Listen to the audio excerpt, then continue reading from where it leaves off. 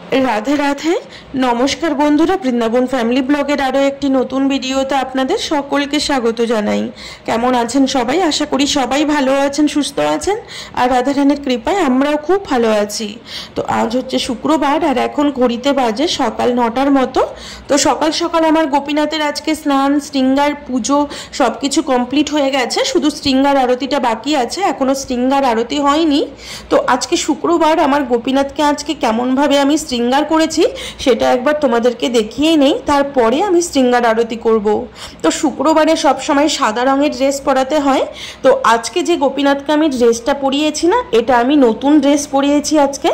এই ড্রেসটা আমি বৃন্দাবন লুইবাজার থেকে গোপীনাথের জন্য এনেছি। মানে এই ড্রেসটা দেখা মাত্রই আমার এতটাই পছন্দ হয়ে গেল, মানে সঙ্গে সঙ্গে আমি নিয়ে নিয়েছি। মানে কি বলবো, ড্রেসটা এতটাই সুন্দর। আর গোপীনাথকে যে ড্রেসটা পরিয়েছি এটা ঠিক ধুতি প্যাটার্নের একটা ড্রেস। মানে ড্রেসটা একটু বড় হয়ে গেছে সাইজে, এর থেকে ছোট সাইজ আর আমি পাইনি। তো গোপীনাথ যদি আর একটু হাইটে বড় হতো এই ড্রেসটা পরালে এত সুন্দর, মানে এমনিতে তো মানিয়েছে, কিন্তু ড্রেসটা যে আমি ধুতি পরিয়েছি গোপীনাথকে সেটা ঠিক বোঝা যাচ্ছে না। দেখতে পাচ্ছ নিচের যে ধুতিটা আর রাধারানীর যে লেহেঙ্গাটা, ভীষণ সুন্দর লেহেঙ্গা, কিন্তু সাইজে একটু বড় হয়ে গেছে ড্রেসটা। দেখো যখন আমি বাজারে যাই কোনো কিছু সুন্দর জিনিস দেখলে আগে আমার গোপীনাথের কথা মনে পড়ে। মানে আমি আমার নিজেরও ছোট গোপাল আছে, আমি তার কথা আগে মনে করি না, আর আগে আমার মনে হয় আমার গোপীনাথের জন্য আগে নিতে হবে। তো বাজারে গিয়ে সব থেকে যেটা ভালো জিনিস আর কোনো সুন্দর জিনিস, হয়তো কোনো সুন্দর ড্রেস দেখলাম কিংবা সুন্দর মুকুট দেখলাম, কোনো সুন্দর মালা দেখলাম, তো প্রথমে আমি আমার গোপীনাথের জন্য নিয়ে নেই, কারণ আগে আমার গোপীনাথ তারপরে আমার গোপাল। তো আমি সব সময় বাজারে গেলে এটাই হয় আমার সাথে, যখনই কোনো সুন্দর জিনিস দেখি আগে আমি আমার গোপীনাথের জন্য নিয়ে নেই। তো এই ড্রেসটা দেখে আমার এত সুন্দর লেগেছে, আমি সঙ্গে সঙ্গে আমি নিয়ে নিয়েছি আমার গোপীনাথের জন্য। তো আজকে আমি গোপীনাথকে নতুন ড্রেস পরিয়েছি, নতুন মুকুট পরিয়েছি, সব কিছু নতুন নতুন পরিয়েছি, ভীষণ সুন্দর লাগছে। আমি নিজে শৃঙ্গার করে নিজেই গোপীনাথকে বারবার দেখছি, মানে এটা আমার চোখ দিয়ে আমি দেখছি।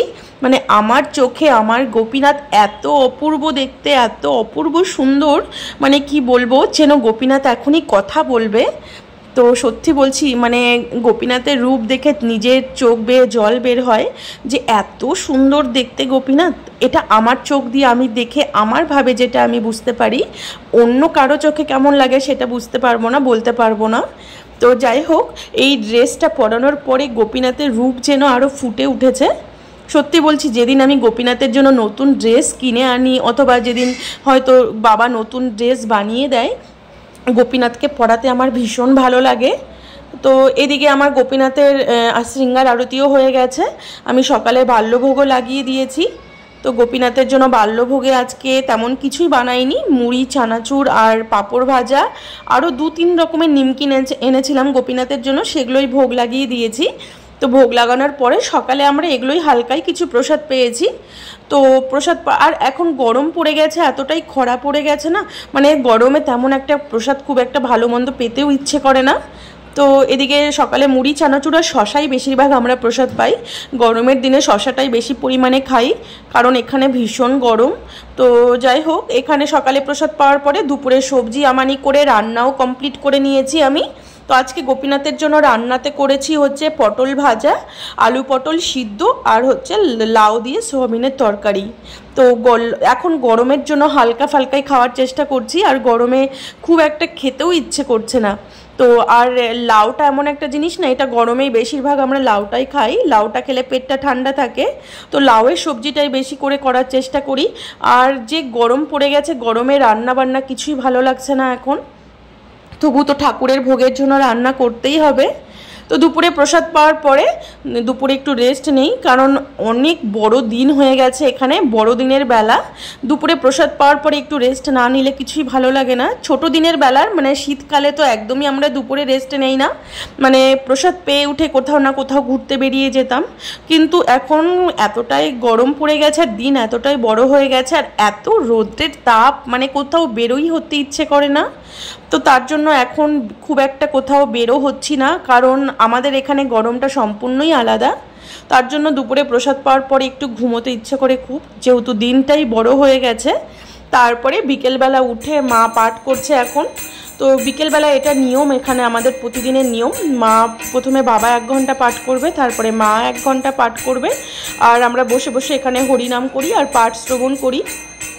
তো পাঠের পরে মা এখন কীর্তন করছে আর আমার গোপাল বসে বসে খেলছে। তো এখন বিকেলবেলা কি হয়, মানে এখানে আমাদের এখানে সন্ধে লাগে, ঠিক সন্ধে লাগে 7:30টায় গিয়ে। তো দিন এতটা বড় হয়ে গেছে। আর ছোট দিনের বেলাতে কি হতো, মানে সন্ধে লাগতো কখন জানো, মানে সন্ধে 5টা 5:30টাতে সন্ধে লেগে যেত, কিন্তু ঠিক গরমকালে তার উল্টোটা। তো যাই হোক, মায়ের পাঠ হয়ে গেছে, পাঠের পরে কীর্তন করার পরে আমরা এখন রেডি হচ্ছি পরিক্রমায় যাব বলে। তো এদিকে আমার গোপালকেও রেডি করে দিচ্ছি, দেখতেই পাচ্ছ গোপাল নতুন জামা পরেছে। তো গোপীনাথের জন্য তো নতুন জামা এনেছি, তার সাথে আমার গোপালেরও কিন্তু নতুন জামা এনেছি। তো প্রথমে কিন্তু আমি যেখানে বাজারে যাই, যেখানেই যাই না কেন, আমার কোনো ভালো জিনিস দেখলে প্রথমে আমার গোপীনাথের জন্য নেই, তারপরে আমার গোপালের জন্য নেই। তো গোপালের জন্যও নতুন জামা এনেছি, আমার গোপীনাথের জন্য নতুন জামা এনেছি। তো গোপীনাথকেও নতুন জামা পরিয়েছি, গোপীনাথকে নতুন মুকুট পরিয়েছি, দেখতেই পাচ্ছ নতুন। আজকে যা কিছু আমার গোপীনাথ পরেছে সাজার জিনিস সব কিছু নতুন পরিয়েছি। এবার আমার গোপালকেও আজকে নতুন জামা পরিয়ে দিয়েছি। তো আমরা সবাই রেডি হয়ে গেছি পরিক্রমায় বেরোবো বলে। তো বাবা আরতি করছিল, তো ভাবলাম যে আরতিটা দর্শন করি তারপরেই বাড়ি থেকে বের হই, যেহেতু আরতি হচ্ছে। তো আরতি ছেড়ে তো আর বাইরে যেতে পারবো না, তো তার জন্য আরতি দর্শন করে তুলসী পরিক্রমা করে তারপরেই আমরা পরিক্রমায় বের হব। এদিকে গোপাল দেখো ঢোল বাজাচ্ছে, গোপালও তুলসী পরিক্রমা করছে। ও প্রত্যেক দিনও ছোটোবেলা থেকে যখনই আরতি হবে ও আরতি দর্শন করবে আর এইভাবে মানে ঢোল বাজিয়ে তুলসী পরিক্রমা করবে। তো যাই হোক, আমরা বেরিয়ে পড়েছি পরিক্রমা যাওয়ার জন্য। তো আমার পাশের বাড়ি বোন আর ভাইকেও ডেকে নেই, আমরা সবাই একসাথেই পরিক্রমাতে যাই। তো এদিকে আমরা বেরিয়ে পড়েছি, আমরা এখন কুণ্ডে যাচ্ছি পরিক্রমা দিতে। আর এত গরম পড়েছে না, হাঁটার পর যখন আমরা পরিক্রমা দিই এত গরম লাগে হাঁটলে। আর এখানকার গরমটা কি বলবো তোমাদেরকে, তোমরা না এখানে গরমকালে থাকলে বুঝতে পারবে না। মানে কি বলবো, এখানে তাপমাত্রা খুবই পরিমাণে বেশি। এখনও তো তেমন পরিমাণে গরম পড়েনি, মানে গরম তো পড়বে জুন জুলাইতে গিয়ে। গরম এটাই, যারা ওয়েস্ট বেঙ্গলে থাকে তাদের জন্য এটাই অনেক গরম, কিন্তু এটা তো আমাদের নর্মাল গরম, কিন্তু এর থেকেও অতিরিক্ত গরম পড়বে। তো এখনও তো গরমে তেমন কিছু বুঝতে পারছি না, আকাশটা একটু মেঘলা আর হাওয়া চলছে, খুব ঠান্ডা ঠান্ডা হাওয়া বইছে। তো প্রত্যেক দিন বিকেলবেলা পরিক্রমা দিয়ে কুণ্ডে বসা, এটা তো আমাদের নিত্য নিয়ম। প্রত্যেক দিন পরিক্রমা করে সব মন্দিরে মন্দিরে বিগ্রহ দর্শন করা, আর এই বিগ্রহ দর্শন করে তারপরে কুণ্ডে গিয়ে বসে কিছুটা সময় কুণ্ডের তীরে রাধারানীর চরণে কাটানো। মানে কি বলবো, জীবনটা এত মানে মধুময় হয়ে ওঠে। মানে বৃন্দাবন ধামে যারা বাস করছে, রাধাকুণ্ডের মতো স্থানে যারা বাস করছে, তাদের জীবনটা সত্যি মধুময়। মানে এটা আমি জড়জগতের লোককে বলে বোঝাতে পারবো না যে আমরা এখানে কত আনন্দে থাকি এই রাধাকুণ্ডে। এটা একমাত্র ভক্তরাই অনুভব করতে পারবে, অভক্তরা তো কোনোদিন বুঝতেই পারবে না। সারাদিন সেবার কাজ করো, ঘরে সারাদিন গোপীনাথের সেবা পুজো করো, তারপর সন্ধেবেলা গিয়ে পরিক্রমা করো, সব মন্দিরে মন্দিরে বিগ্রহ দর্শন করো, তারপরে গিয়ে কুণ্ডে রাধারানীর চরণে কিছুটা টাইম বসে সময় কাটানো। মানে জীবনটা যে কত মধুময় সেটা শুধু মানে এখানে যারা আছে, যারা এইভাবে জীবন কাটাচ্ছে, তারাই বুঝতে পারবে।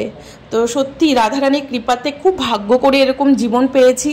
রাধারানীর চরণে এই একটাই প্রার্থনা, যাতে কোনোদিন যদি মানুষ জন্মও হয় যেন এই রাধাকুণ্ডেই জন্মাতে পারি, এই রাধাকুণ্ডেই বাস করতে পারি। তো যাই হোক, আজকের ভিডিওটা আমি এখানেই শেষ করছি, আবার দেখা হবে পরের একটা ভিডিওতে। ভিডিওটি ভালো লেগে থাকলে তাহলে প্লিজ আমার চ্যানেলটি সাবস্ক্রাইব করবেন। সবাই ভালো থাকবেন, সুস্থ থাকবেন। রাধে রাধে।